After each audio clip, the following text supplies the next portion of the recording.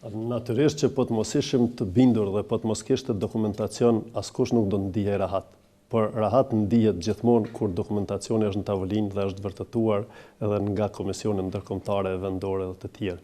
Nuk hym ne për të trajtuar në detaje të tjera, sepse kjo është një realitet i cili është paraqitur dhe qëndrojmë fuqishëm, ashtu si e përdorët edhe ju shprehjen, fuqishëm prapa dokumentacionit tonë. Jo sot, po sot qëndroj ky dokumentacion në tavolinë, i cili fatmirësisht nuk është vetëm në Kosovë, por është gjithandej Evropës edhe SBA-ve. Do thotë, si vend na nuk kemi humbur kurrë këtë drejtim. Absolutisht jo.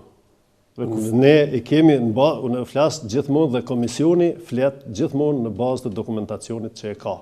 Nëse vullneti edhe i komisionit, edhe gjithë shqiptarëve është që trojet të zgjerohen dhe të kalohet në një anë tjetër. Por ne kur flasim për demarkacion, flasim për dokumentacion që është në tavolinë.